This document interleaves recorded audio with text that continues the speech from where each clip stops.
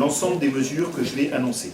La première d'abord, c'est une baisse de 10% du montant des indemnités des élus, comme je m'y étais engagé pendant la campagne.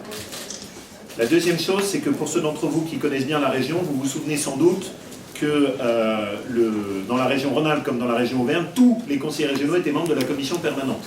Ce qui avait comme effet sympathique de booster les indemnités de chacun, ce qui n'est évidemment pas le sens de la loi.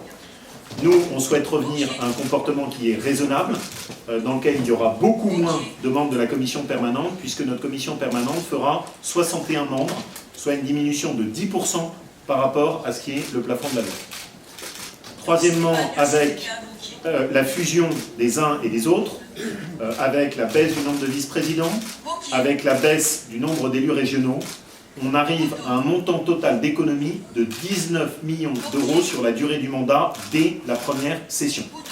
Avec en plus une mesure dont je pensais qu'elle serait symbolique, que j'ai appris en étant assez surpris, que l'administration et le conseil régional sortant avaient prévu d'offrir un téléphone portable à chaque élu, avec un abonnement.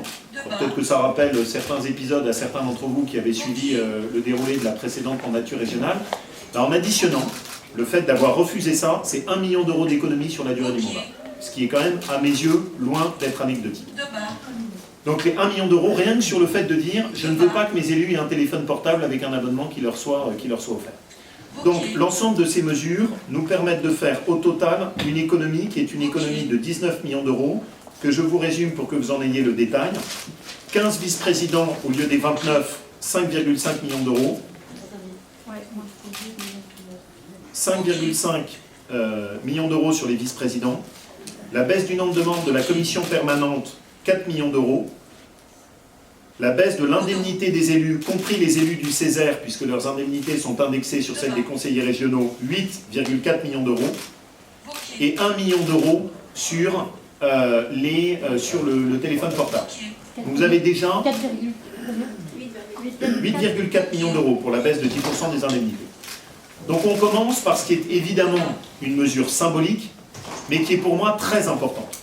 Et puis il y a quand même des symboles qui finissent par coûter cher. À 19 millions d'euros, on fait un certain nombre de choses quand même. Donc je considère, et c'est le premier signe que je veux, c'est une nouvelle génération. Les Français aspirent à un changement d'approche politique.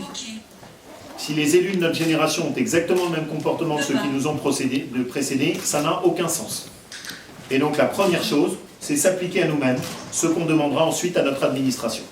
Je vais demander des efforts à mon administration, je commence à ce que les élus montent la voix et on s'applique à nous-mêmes ces exigences et ces principes d'égalité.